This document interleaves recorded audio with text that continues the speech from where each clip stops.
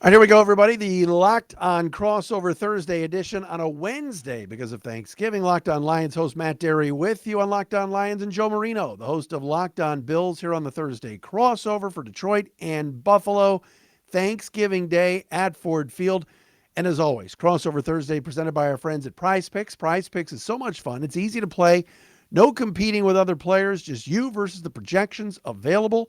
Pick 2 to 5 players. If they score more or less than their PrizePicks projection, you can win up to 10 times your money on your entry. It literally can take less than 60 seconds to enter. It is that easy. We love PrizePicks. We know you will too. First-time users can receive a 100% instant deposit match up to $100 with promo code LOCKEDON. That's promo code LOCKEDON at prizepicks.com. We got to do it. It's a lot of fun. PrizePicks for the Thursday games, Sunday, and of course, Monday Night Football as well. All right, here we go. Lions have won 3 in a row. Joe Marino. Are the Bills, are they worried coming into Ford Field a second time, but facing this red-hot Lions team? Yeah, listen, I think there's some things to be concerned about from the Bills' perspective in what Detroit has to offer. You mentioned it, a team that's got some momentum right now, 3 in a row, and it's a short week, right, for the Bills. I know it's the dome away from home, as we're now calling Ford Field in Buffalo, but this is a short week against a hot football team that's physical and competitive, and it's always a big deal for the Lions to play on Thanksgiving, right? It's a tradition. It's a big game for them. And so I think there's some dynamics here that are very much favoring Detroit in this ball game, especially for a Bills team that I think is kind of finding its way offensively right now. And we know the concern with Detroit has been kind of their defense. They've had some better moments of late. And so it's going to be a really interesting matchup. But I think that Detroit has a lot going for them entering this ball game, despite the Bills being heavy favorites. All right, let's talk storylines, Joe, and let's start with Detroit. And certainly, like you said it, for the Locked On Bills listeners, the Lions all of a sudden have a pulse. They've won 3 in a row. They're making plays at the end of games. They dominated physically a very physical Giants team this past Sunday. It was very, very impressive. And all of a sudden, this team was 1-6, and people were talking about, is Dan Campbell going to even get a third year? And this is a joke. And it's SOL, which here in Detroit is same old Lions. And yet, they found a way to play well. They've won back-to-back road games for the first time since 2020. They've won 3 in a row for the first time since 2017. So the storyline is now, here comes one of these elite teams. I know Buffalo's record isn't 9-1 or anything. Even 7-3 is still pretty darn good. Can they do this? Can they actually beat a team that they are a heavy underdog to? And you look at the rest of the schedule for the Lions, they're going to be favored in some games coming up, which is unheard of for the past handful of years. So that's kind of the storyline here with Detroit going for that 4th straight win. What about up in Buffalo? Is obviously, I'm sure the snow and the travel has been the big storyline, right? Well, you hope that stuff's kind of in the past, and you're in a situation where you can have somewhat of a normal opportunity to prepare for this football game. But my biggest storyline is, what will this Bills offense look like? Now, the Bills played mistake-free football last week against the Browns. They didn't turn over the ball, and they came into that game turning over the football on 19% of their offensive drives, number 1 in the NFL. Well, they're still number 1 in the NFL. They're down to 17% after their mistake-free game, but they have to continue that way. They have to maintain that mistake-free approach and not put the ball in harm's way and really cost their football team. And so the turnover issues, will they continue to be at a minimum this week? And then obviously just generally, like I said, what does the offense look like? You're still dealing with Josh Allen with his elbow injury, and that certainly limited him to an extent over the last couple of games. And they really had to adapt a different style of play last week against Cleveland, where they ran the football a ton. Both of their running backs had over 80 yards rushing, Devin Singletary and James Cook, and that's not very characteristic for a Bills offense as we've come to know it under Josh Allen. And this team last week, they scored 31 against Cleveland, but that came courtesy of 6 field goals. And so the Bills were 2 of 5 in the red zone against Cleveland. They were 3 of 11 on third downs. Like I said, they ran the ball quite a bit. Will this be more like the offense that we've come to know with Josh Allen at quarterback? Will it be that dynamic offense that puts a lot of stress on teams, especially throwing the football? Can they take advantage of a Lions defense that has been suspect for a good part of this season? So the story for me is, what does this Bills offense look like on a short week They haven't practiced much. You think about last week with the snow, the short week this week, of course, coming out of the game where Josh Allen was injured against the Jets. He really didn't practice that week. So just they're an under-practiced team and kind of some tough circumstances. So for me, my eyes are going to be on this Bills offense and what they're able to get done on Thursday. If I can follow up with you on the Bills offense, what about these offensive line injuries? A little concerning right now, is it not? For the Bills on the offensive line, they may be without their center, Mitch Morse. That would be the only one that would be of a concern. And I guess I'd extend the same question back to you. I know Frank Ragnow is dealing with an injury. Evan Brown didn't finish last week. The right guard, Dan Skipper, had to come in and play. What's your pulse for the injuries there on the middle of that offensive line? Well, forget that. I think those guys are going to be okay. I don't think Evan Brown's going to play, but I would look at Jeff Okudah as being the big one. In concussion protocol, no way he's going to be ready to play on Thursday, and that's a huge loss. And we'll talk about some of the matchups coming up momentarily, but that's one that I think the Bills have a huge advantage in with Okudah out. And that's a concern for the Lions for sure because, like you said, wanting to get the Bills offense kind of going, especially in the red zone. You're talking about the best corner on this Lions team not being there. Locked On Lions, Locked On Bills, the crossover edition as we get ready for Thanksgiving Day, and which should be a very, very entertaining game at Ford Field, the second straight appearance for the Bills at Ford Field. We will get to some of those key matchups coming up next, but this crossover Thursday edition and Locked On Lions and Locked On Bills today is sponsored by BetterHelp Therapy Online. Life doesn't come with a user manual. We know that. So when it's not working for you, it's normal to feel stuck. You want to talk to somebody. You want to figure out, hey, should I get some help and try out some therapy? Well, BetterHelp is the place. Therapists that are trained to help you figure out the cause of challenging emotions and learn productive coping skills. BetterHelp has connected over 3 million people with licensed therapists. It's convenient, secure, and it's accessible anytime, anywhere, 100% online. Whether or not you've been in therapy personally, I'm telling you, I have, and it's great. It's good to talk to somebody and get that help, and that's what BetterHelp provides. Just a peace of mind. Everyone deserves to feel their best, right? BetterHelp makes it easier to get started. They're the world's largest therapy service. They've matched millions of people with professionally licensed and vetted therapists available 100% online, no waiting rooms, no traffic, no endless searching for the right therapist. Get unstuck with BetterHelp. Learn more, save 10% off your first month at BetterHelp, HELP.com/lockedon. That's BetterHelp, HELP.com/lockedon. Matt Derry, Locked On Lions. Joe Marino from Locked On Bills. Joe, I'm a fan of yours. You have not spoken that much, but I love your work on the Draft Network and all the prep that you do. As you know this, Joe, Lions draft coverage is pretty much 10 months out of the year. We're usually in December. I'm trying to get you or Trev or some of the guys, the old Locked On, the old Draft Network guys, Jordan Reed, all those guys that used to try to get on all the time because we would be talking draft in December. The Bills have been good for a while now, so you haven't had to do that.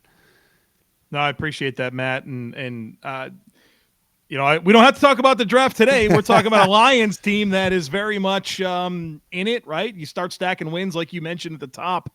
The schedule looks pretty favorable, and so you start stacking wins. You steal one here and there, and we'll see how it all ends. I'm not going to get ahead of it because I understand, what's been kind of the history of the Lions, but there's a lot to like about how this team is positioned, especially with some of these young players on defense. No, I don't think there's any question about it, and it's been fun watching the Bills play. When you look at matchups, what jumps out to you on Thursday that can be something big for the road team? I look at this Bills pass rush against the Lions offensive line, and I think we can all agree that they got some outstanding tackles with Taylor Decker and Penei Sewell, who I think is one of the brightest young offensive linemen in the game. Frank Ragnow, a top-tier center.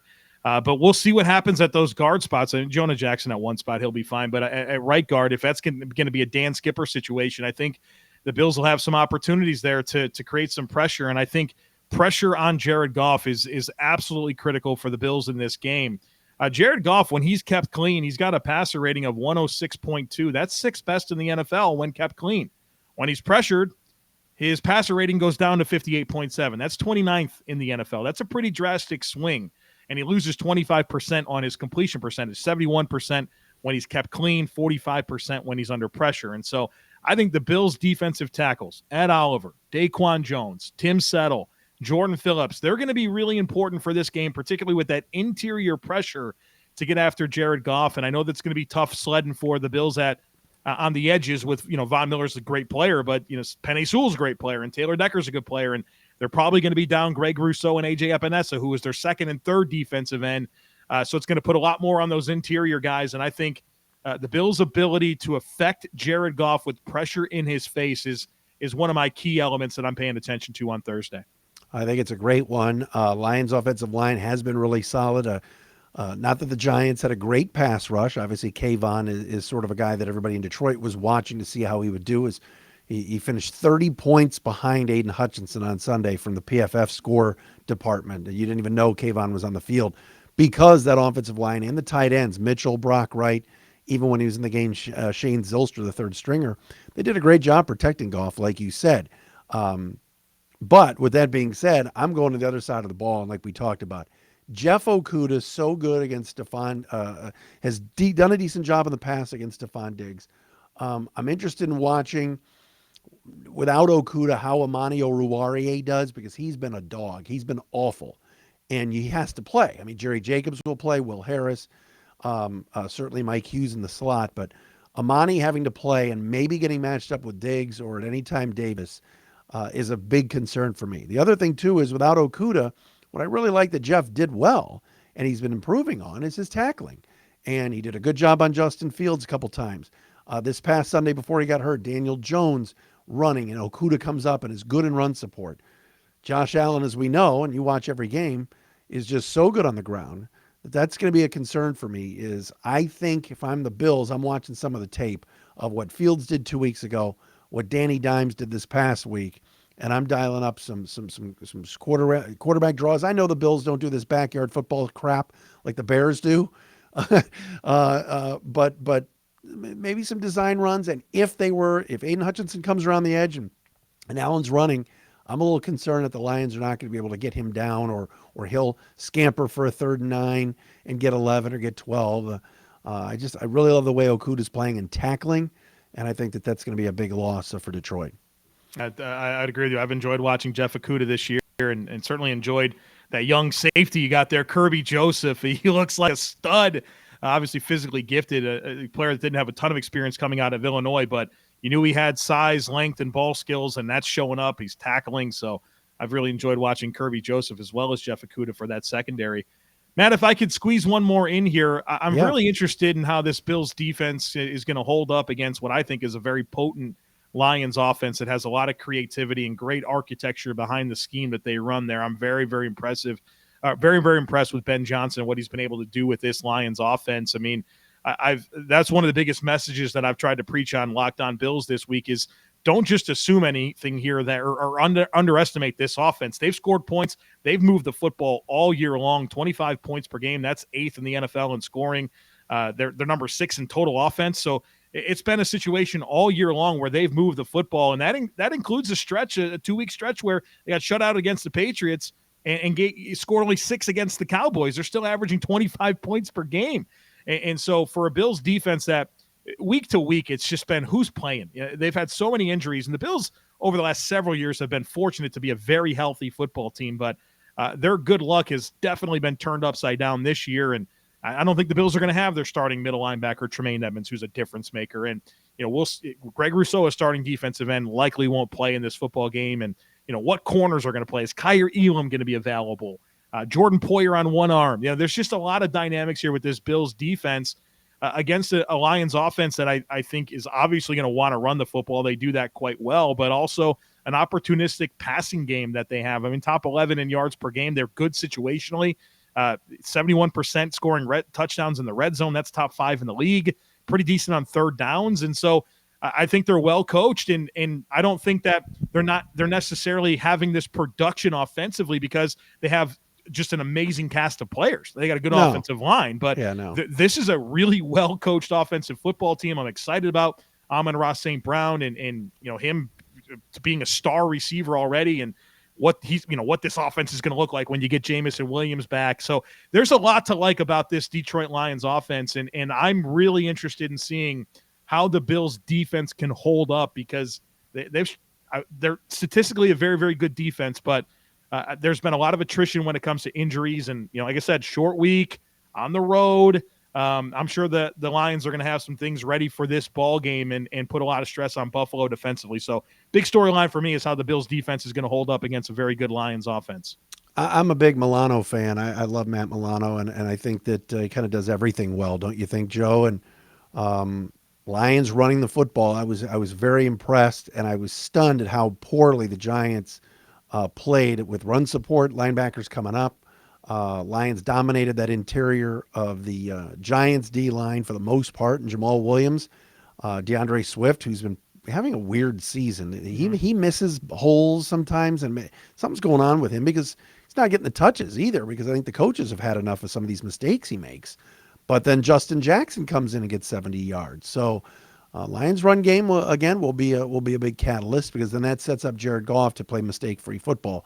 You get him, Joe, into 3rd and 11s, 3rd and 12. Some of the stats you gave will come down, but it hasn't been that way for the past few weeks. Lions have been very effective on offense, like you said, and Ben Johnson deserves a lot of credit. All right, let's get to some predictions. We will do that coming up next. I've been picking the Lions to win the last couple of weeks.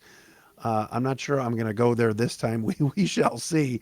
But first and foremost, we got to tell you about our friends at BetOnline.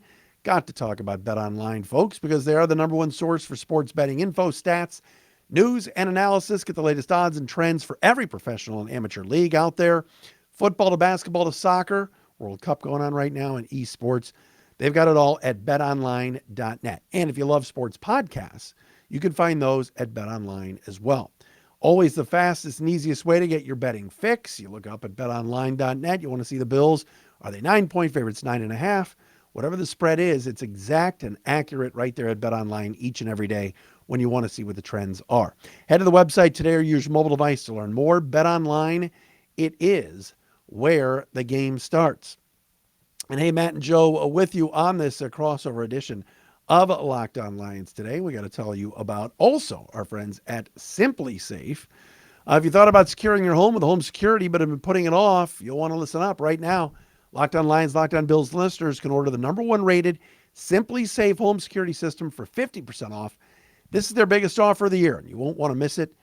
And here's why I love it. It's simple. People are like on board with you 24 hours a day, 7 days a week if you need them. Monitoring agents, that's the best. If something's fishy with your house, you're not home, you'll get a phone call, you'll get a text. You share something each and every time that you think something's wrong at SimpliSafe at your home, and they demonstrate the safety to you and to your home, and it's great. All right? I love that about SimpliSafe. Their 24/7 monitoring agents are awesome. They were named the best home security system of 2022 by U.S. News and World Report for a third year in a row. In an emergency, 24/7 professional monitoring agents use Fast Protect technology exclusively from SimpliSafe to capture critical evidence and verify the threat is real so you can get priority police response. Don't miss your chance to save big on this only security system I recommend. Get 50% off any new SimpliSafe system at simplisafe.com/LockedOnNFL. There's no safe like SimpliSafe. I'm Matt Derry, Joe Marino, Locked On Lions, Locked On Bills. Thanksgiving Day, 12:30, CBS. Buffalo 7-3. The all of the sudden in the playoff picture. Did I really say that? Detroit Lions at 4-6. Joe, what do you got? What are you thinking for Thursday as the Bills come back to Ford Field? They're like you said, second home now. This is like I said, there's some caution that I have from the Bills' perspective in this ball game. I think there's a lot to like for Detroit in this one. I don't know that I'm at the point where I would pick Detroit to win it. So where I have this game is I'll give you the score and then I'll kind of give you my rationale. Yeah. My score prediction is Bills 31, Lions 24. I think it just kind of comes down to this Bills team being a more complete veteran team. And you think about it being a short week and on the road and Thanksgiving. Well, Thanksgiving games are not really a new thing for the Bills. It's not like the Lions every year, but The Bills are not going to play 3 of the last 4 years on Thanksgiving, and two, the every time it's been on the road, they've done this before. They went to Dallas in 2019. They went to New Orleans last year, and they had some very decisive wins in those games. And so I think that this is a team that's well equipped for the dynamics of playing on the road on Thanksgiving. Last week against the Browns, the Bills' ability to run the ball and stop the run was very significant in my belief that they can handle this ball game. Both of their running backs, James Cook and Devin Singletary, had 86 yards rushing against Cleveland. And I know Cleveland's got a bad run defense, but the Bills had only 7 yards from Josh Allen. And typically when you talk about the Bills' run game, it's all, well, Josh Allen accounts for a lot of that. Well, not last week. Only 7 yards from Josh Allen. And they averaged more yards per carry against Cleveland than Cleveland's given up that year. And now we're talking about a Lions run defense that has really struggled this year. I think they're giving up 5.2 yards per carry. And so that ability to run the ball for Buffalo inspires me, but also stopping the run, where the Bills held Nick Chubb to 19 yards on 14 carries last week. And so that's a big deal for my belief that they can manage a really good Lions offense. And then I just look at this young secondary that Detroit has without their top corner and Jeff Okudah against what should be a dynamic passing offense from the Bills, and can put a lot of stress on all of those players. And so I like some of those matchups, and I recognize that there's some neutralizers for sure from the Lions side of things. I've been through that already in this discussion, but I think that the Bills will win a consecutive game here at Ford Field, 31-24 on Thanksgiving afternoon. I'm with you on the Bills. I think they're going to win. I think they're going to put up 31 points. That's the score I had as well. I think the Lions only have about 16 or 17. I don't think it's as close as you have it. Detroit has battled. Detroit plays hard every week. Dan Campbell's done a nice job to get them back and off the mat here from 1-6 to 4-6, but no Jeff Okudah. They sold out last week, the Lions did, against the run, knowing that they were trying to dare Daniel Jones and Wandale and some of those young Giants receivers to do something. And other than Wandale Robinson, they had nothing. And with Bellinger out, that was huge for the Lions as well, to not have to deal with a starting tight end. Dawson Knox is playing the last time I checked. Stephon Diggs and Gabe Davis are playing the last time I checked. I just think the Lions can't do that this week. I don't think they can get up there and sell out to try to stop your backs like they did with Saquon last week. They may try it, but I think this is a different opponent. I think it's going to be tough. I think the Lions certainly maybe will come out and play well, but I think in the end, I'm looking 31-17 Buffalo. I just think the Bills are too good. I think the Lions, I'm not saying they're due for a clunker, but they've played really well the last few weeks. But I think, unfortunately, this win streak comes to an end. They got Jacksonville coming up, a very winnable game. And I think they could beat the Vikings at home. They should have beaten Minnesota on the road. So to look and go, hey, maybe they go 2-1 on the homestand here, I just don't think that W is coming this week against a Super Bowl contender like the Bills. So I'll say about 31-17, Joe. Well, I guess we see it pretty similarly. And look, I guess I've tried to weave into this conversation a lot of admiration that I do have for Detroit and what's going on there under Brad Holmes and Dan Campbell. And I mean, we didn't even get to really talk about Aiden Hutchinson and the season that he's having. And I gave him flowers this week on the podcast. Aleem McNeil was phenomenal against the Giants, one of my favorite young defensive tackles in the game. So there's a lot to really like about Detroit. I'm sure maybe Lions fans are a little numb to hearing stuff like that, but I like the direction here. I like, the NFC's a conference that feels like there's a lot of opportunity, and the Lions are a little ahead of the curve when you consider some of the other teams that are rebuilding right now. So I know not recently, but as a long-suffering fan base, I can tell you that Bills Mafia would like nothing more than the Detroit Lions to get it right and be one of the best teams in the league. Joe, it was a lot of fun, my friend. Thanks for doing this, a special Wednesday/Thursday crossover for Thanksgiving, and we'll talk again soon. I appreciate it, Matt. Thank you.